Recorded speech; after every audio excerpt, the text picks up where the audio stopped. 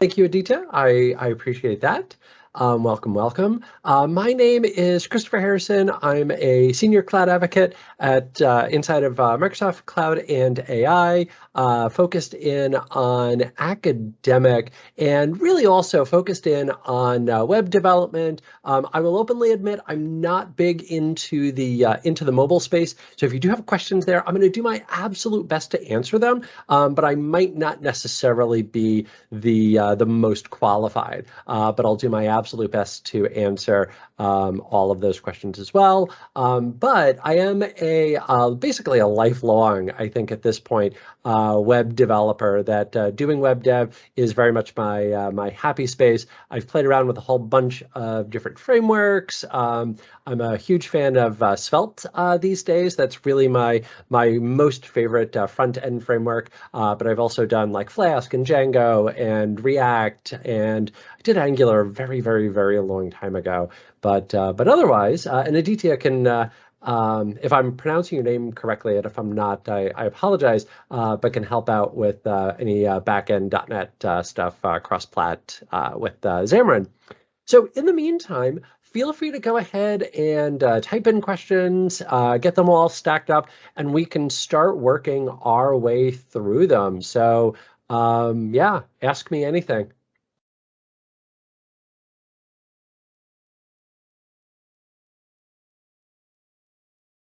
Question about app development, how to create an app using Python. That's great to hear. Thank you, Aditya. So for creating a mobile app, this is something that Aditya might be able to help you with. I know that there are frameworks out there that you can do development with Python. I'm trying to remember off the top of my head. I know I've heard it, and I cannot think of it off the top of my head. On the web dev side, that I can answer, that there's actually really three main frameworks that are out there. The first two are the oldest and still as of right now, the most popular, and that is Django and Flask. So Django is great for creating database-driven websites. So if what you're trying to do is create a front end for a back-end database, Django is very much your best choice there. That it comes with a lot of great features and functionality built in, has some great tooling around authentication and administration of the data, and really just it's built for like specifically those types of apps. So it has just a lot of great little shortcuts that you can use, and I'm a big fan of it. And you can also if you're really interested, let me actually pull this up real quick. By way of a little bit of a shameless plug, is we do have a learning path on Django available that you can go in and check out. The next one that you can take a look at is Flask, and Flask is a lighter weight framework. So with Flask, what you're going to get is basically just like a web server, some routing engine, and that's about it. And that's actually really nice if you're sort of like going to the complete opposite side of what Django is there for. So if what you're doing is maybe trying to create a front end for some AI ML components or other services that you have, that Flask is a great option for that. It's really popular with hackathons and hack type projects because of how lightweight it is. There's also like a lot of additional frameworks on top of that. And then last but not least is Fast API. And I honestly don't know a lot about Fast API, except that it's, well, fastly becoming popular, that it really is sort of the cool new kid on the block. And I know that there's a lot of people that are interested in that. Max, I saw you Maxime, I saw that you jumped in real quick there. Did you have something that you wanted to mention? Hi. Nothing like too hi. Nothing too large, but I could not like let that go. But you created an amazing series of video on YouTube around learning Python. So I pasted that one in the chat, like ak.ms/learn Python, and there's a whole part around it that is about creating APIs. I don't know how dated it is, but I mean, the basics are always good, and it's worth going through it. So like I know it's 44 videos, but they're not 44 like hour-long videos. They're very short videos. They're very to the point. It's worth going through. So that's all I wanted to say. That's just me trying to add value. I appreciate that. Thank you, Maxime. No problem. Yeah, so definitely go check that out. Let's see. So Sharon asks the question, in web dev, when we create the app, we need to host it in a server to make it available. So the short answer to that question is, generally speaking, yes, that it is possible to create apps that might run completely locally and are actually calling maybe existing services that you already have. But for the vast majority of your applications, you are going to need somewhere to host it. Now, one place that you can host it on Azure is inside of a little thing called App Services. And App Services is great if you're looking for kind of complete control over, trying to just dig this up in the background real quick while I'm answering questions. Here we go. This is the one that I want. Yeah, that'll work. So if what you're looking to do is going to be running a full backend service like Node or Flask or Django or something like that, then you're going to want App Services. And what's great about App Services is that it effectively like gives you a VM that you can then use and scale and do all sorts of fun things with. And you can actually also even upload your own container. So if you've built out your Docker container and you've got everything on there and you just want to be able to push that out, App Services can do that as well, which I think is just, it's a wonderful feature. And quite frankly, it's not one that we talk about, I don't think, quite enough. That ability just to go, hey, I've got a container, let me just push this up to the cloud. And then now it's running inside of a managed service. So unlike you actually like running your own VM, this is 100% managed, which is great. There's also probably my favorite service that we've released of late, which is Azure Static Web Apps. So Azure Static Web Apps is it's designed for full stack apps. So don't let the phrase static web apps throw you off here, because it can be fully dynamic. What it's really built for is full stack apps. It's built for really the way that we do modern web dev. So I'm creating my front end, maybe using React. I've got my backend services that are using like serverless functions. I'm hosting all of my code in GitHub. Voila, this is where Azure Static Web Apps comes into play. So for those types of apps, that's exactly the service that you want to take a look at. So you can kind of peruse the docs there, but there's also Microsoft, I'm trying to pull all of this up really fast here. There's also a workshop that you can walk through that will help you sort of discover how Azure Static Web Apps can work for you and how it can actually work for a hack project that your team might be building. So you can go check all of that out. Let's see. Going back through everything that's here. What exactly should we submit on the Epic Challenge? So Shema asks that question. So I don't know 100% certain the answer of. Trying to see who else is connected. Ali might be able to give you a better answer on that question. So Ali, if you maybe want to answer that inside the chat. I will say, as a general rule, if you're ever submitting a project for like any hackathon, it's all about the demo. So whatever it is that you're building, make sure that that demo really shines, because that's what's going to get the most attention of the judges. So you really don't necessarily want to talk an awful lot about what it is that you're hoping to build in the future, or things that you didn't actually wind up doing, you really want to make sure that you're focused in on what it is that you were able to build and have a great demo to go along with that. The other very big thing is if you're ever at a hackathon and you're submitting through like DevPost, make sure that you've got a video inside of DevPost that shows all of this. Like if that's how judging is taking place is through DevPost, the number of times where we'll go and review a project and they didn't do a whole lot inside of DevPost or they don't have a video, so we really can't get a sense for what it is that they built, they're not going to score real well. So make sure that you're filling that out. Make sure that you've got a really good video. Make sure that you've got a really good demo. I think I said demo about like 80 times in that answer, but that's how important it is. So make sure that you've got a really good demo and got that working. So yeah. Okay, cool. Other questions?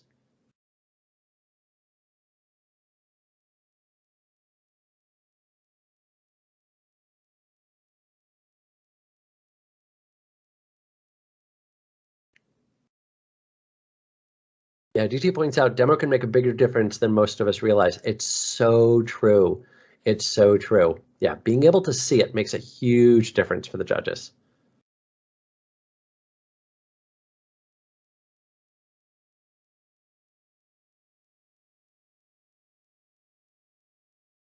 There's got to be other questions out there. Can I ask one then? Go for it. All right, so it's always something that I think people kind of like put on the wayside here and just like they push them until the end. But you know, like presentation, it's not always like top of mind because like, hey, let's not make it pretty, let's just make it work. But the thing is, there must be ways that we can make something look pretty without putting like hours and hours of work into design. Even if I'm not a designer and I can make probably things look better than a sketch.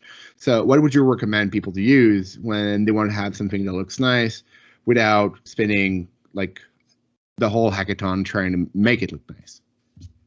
Yeah, that's a great question. So how do you make it look good, even if you don't necessarily have a lot of time or maybe even a lot of experience in making things look good? And I certainly fall under that category. That I'm very much not a designer. And the answer is use tools and frameworks that are already out there. That if I'm building a web app, I can pretty much guarantee you I'm going to use Bootstrap. Pretty much guaranteed. And I know that sometimes people will look down their nose at people who use Bootstrap, and some of that's because of the fact that it uses jQuery, which some people don't like, and that's fine. I'm not here to get into an argument about frameworks. And some people will look down on it because things just like kind of look like a Bootstrap site. And I honestly don't think that there's necessarily anything wrong with that, because what's nice is if I'm using Bootstrap and I'm using their color schemes and I'm using their little options and things like that, my site's going to look pretty good, even if I'm not necessarily spending an awful lot of time on it. So is it going to look the best? No. Is it going to look super unique? No. But is it going to look better than what I could build just using core CSS? Absolutely. Is it going to look like I spent more time on it than I actually did? Yes, it is. Is it going to look good? Yes, it is. So use frameworks. That's what they're there for. So maybe that's, using Bootstrap. You can do things with like Tailspin components and so forth. Yeah, just use tools like that. Yeah, those libraries, like Aditya mentions there, are going to make your life that much easier. Yeah, Maxime posted out Bootstrap. Should really get a Bootstrap Learn module going as well. Can you host web apps on TinyHost? I'm going to guess that that's a non-Azure service. I'm going to say yes, but I honestly don't know the answer to that, Sharon. I apologize. So yeah. Okay. Yep. And then there's Tailwind. Tailwind's kind of interesting because it doesn't necessarily come built in with a ton of components. There's actually like a separate library for components, and it sort of changes the way that you're supposed to be applying things. That rather than going, hey, here's a button, you instead go, all right, well, I want this item to like have rounded corners and a flat appearance and a gray background or whatever it is. And so you just add in all of those different classes, and that's the way that that Tailspin does its thing. But there are components and so forth that that you can go grab from that. So yeah. Other questions about web dev? Questions about frameworks? Questions about, you know, anything? Ask me anything. AMA.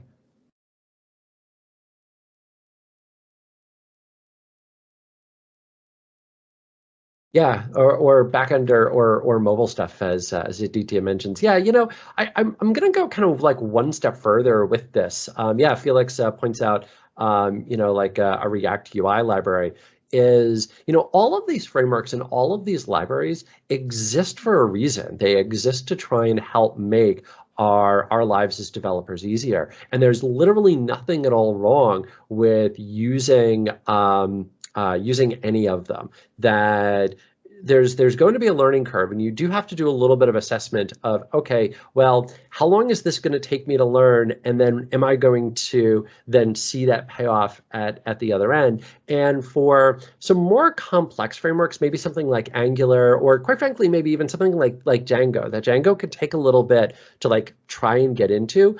You might decide for like a really short, like weekend hackathon, I don't necessarily want to invest in that. But for some of the more lighter weight ones, especially like React or Svelte, great examples on the front end, maybe like Flask on the back end, that like picking up how those work, or Bootstrap again for UI, is not necessarily going to take you an awful lot of time, and it's certainly going to pay dividends very quickly, because now I'm not having to build all of that on your own.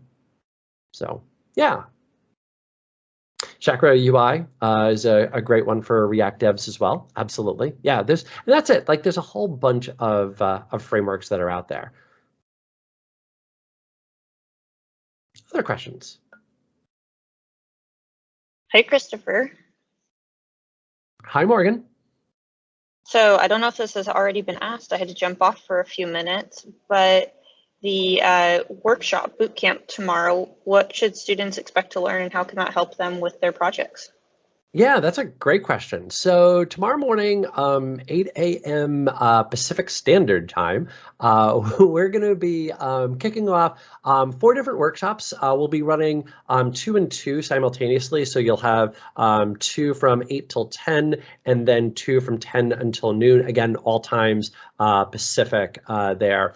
Of these really neat 4 workshops that are designed to help you get up to speed on different Microsoft services, different Microsoft technologies, but more importantly, do so using a very similar style that you're going to be using when you actually do hacks. That all of these are going to be goal-based. All of these are going to be self-exploration. So if you take a look at the one that I had shared out earlier, and actually let me yoink. Sound effects, by the way, as a developer, they make you a more efficient developer. You write code faster, you get less bugs in your code, etc. So 100% go with sound effects while you're writing your code. Okay, in any event, let's take a look here, and I need to go in and fix that little item here. But here's an example of one of the workshops that we're going to have. So you've got a little pet shelter. Well, we're going to call it the Loved Mutt. And what they want to try and do is encourage adoption. So they've got a web app that they've already built using Svelte and SvelteKit, and that's fine if you haven't already played around with that. And they've already got the code written for the back end and already set up a little bit of database code as well. So they've actually got quite a bit built.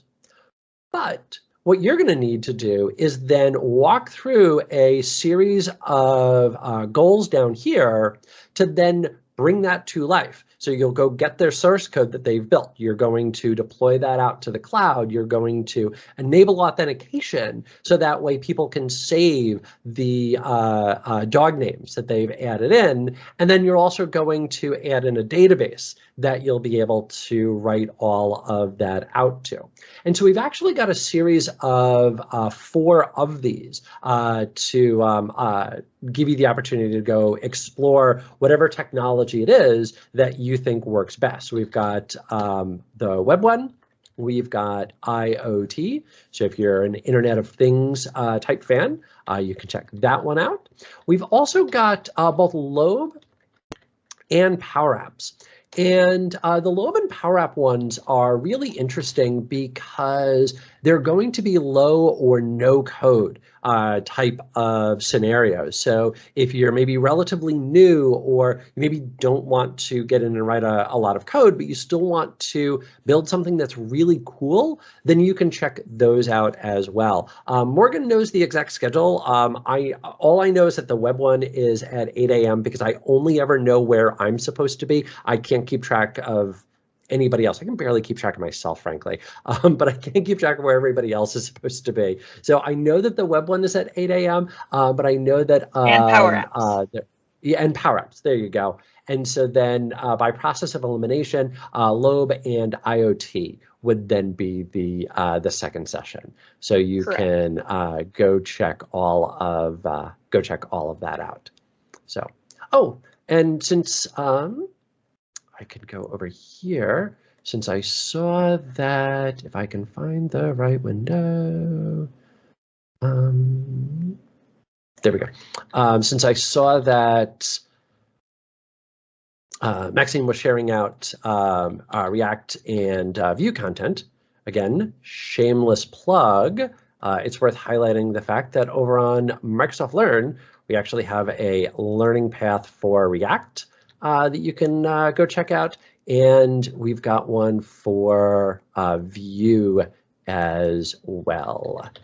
So I can just bring that up, get started with Vue, and then here's the full learning path. There you go. Yep. Yeah, and there's 2 other real big resources. So DTL calls out aka.ms/A4S.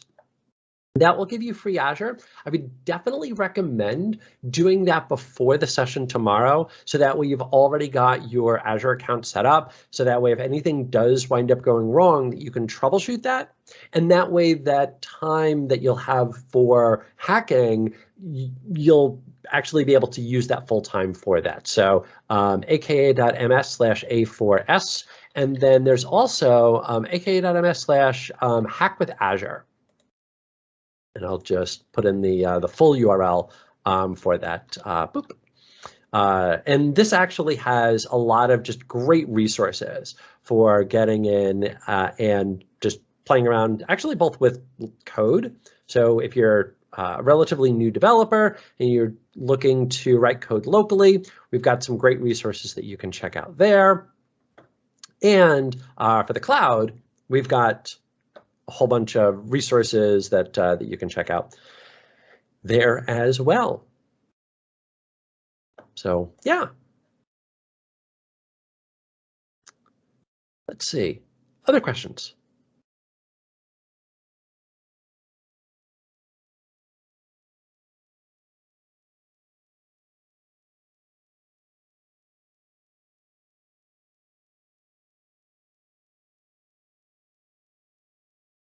My little penguin dance here.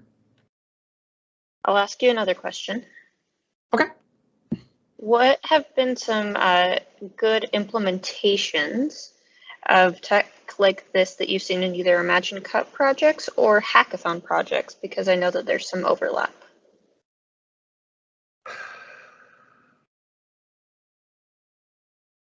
And if you can't think of anybody or any, it looks like somebody has a hand up. So worst comes to worst.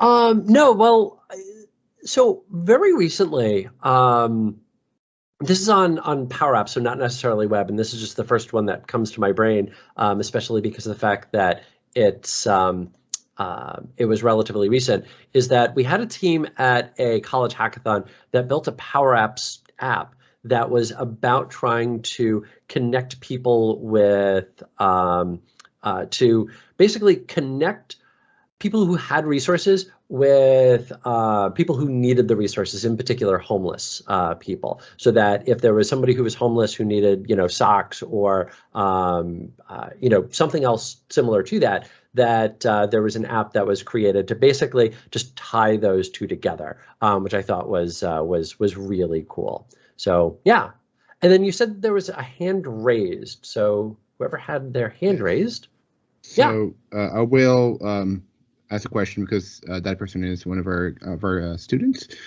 Sharon is asking that they don't have an educational email and it's not able to get Azure.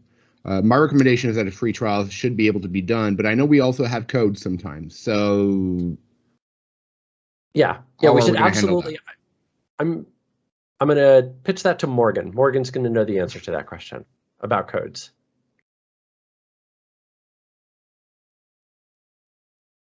So on the Imagine Cup portal, there is a support link, and the students can reach out there to get that support. And they'll get a code for Azure that will allow them to do everything that they need to do. So yeah, make sure you go back to the Imagine Cup portal and click on that support link.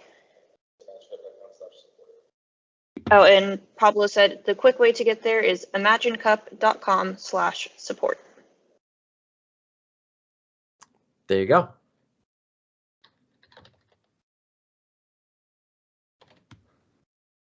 Other questions?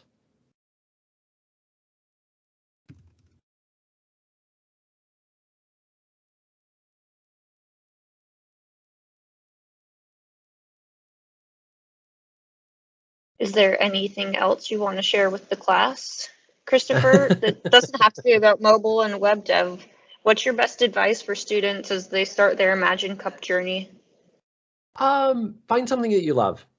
Like that's really it. That find something that you love, because if it's something that you're passionate about, it's going to keep you motivated. And that's, I think, probably the biggest key to doing anything like this is if you're motivated, if it's something that you're passionate about, it's gonna keep you connected. You're gonna build something that's better than you would for something else, and that passion is also going to shine through, so that when it does come time to get in front of judges, like they're gonna notice that this is something that has affected you personally, or they're gonna notice that this is something that you really want to see fixed. So absolutely 100%. Find something that you love. That's probably, without a doubt, the most important thing. The next thing that I would also say is set realistic goals, and maybe like build in baby steps. That one of the biggest, well, quite frankly, mistakes, and mistakes are sometimes that word mistake is like a dirty word, and it's not. Like, this is how we learn, is by making mistakes. One of the biggest mistakes that I see a lot of first-time hackers make is they go, hey, we want to build this, and maybe you can actually build this. But there's also a chance that you can't, that maybe you don't necessarily have all of the appropriate skills, or maybe it's just frankly going to take too long. So you could mark this maybe as a long-term goal, and then kind of break that down into smaller chunks. And so go, okay, well, what can we accomplish in a couple of weeks? And then build that. And then once you've got that working, then go, okay, well, now what can we add to this? Now what we can do in the next, can we do in the next couple of weeks? And then go to there, and then the next step up, and then the next step up, and then the next step up from there. So very much like start with a really nice down-to-earth realistic goal, and then just continue to build upon that. And then next thing you know, you will have created something amazing. Yeah, and then DJ also points out a great point, which is don't procrastinate. That the best time to get started is today. Shrevan asked the question, what's the best web dev or mobile app that you've built?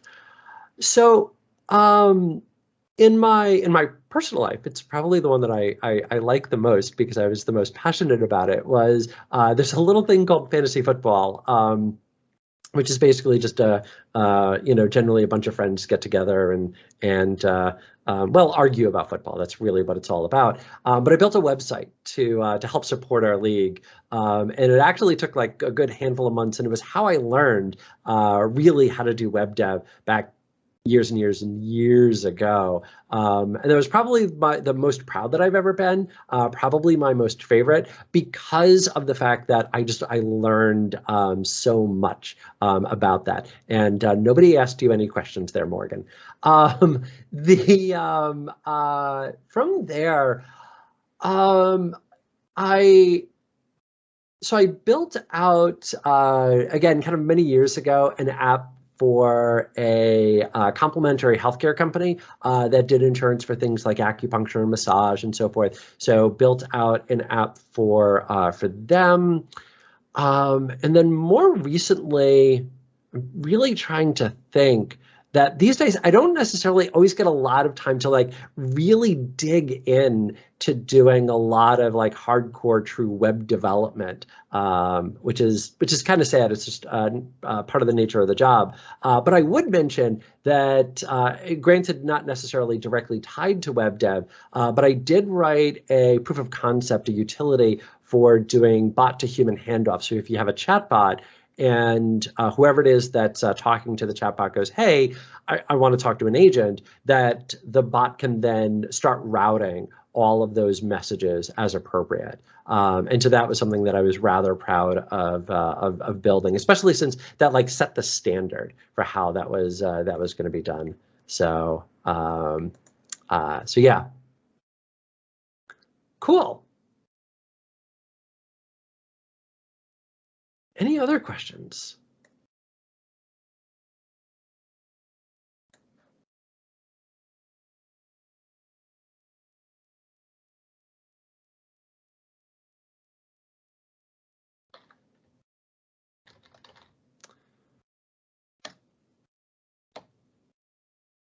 So I'm going to just throw out my Twitter handle there. I'm at Geek Trainer. So you can always feel free to go ping me, find me on Twitter. I'm not a big LinkedIn user, but if you find me on Twitter and ask me questions there, I will absolutely reply there. And I really do hope to see everybody tomorrow morning or afternoon or evening, depending on where in the world you happen to be, to take a look at some of the workshops that we've got and go in, check those out, and really actually start putting all of this to use.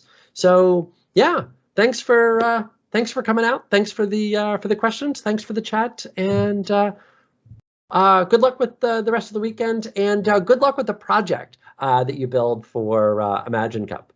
So yeah, thank you.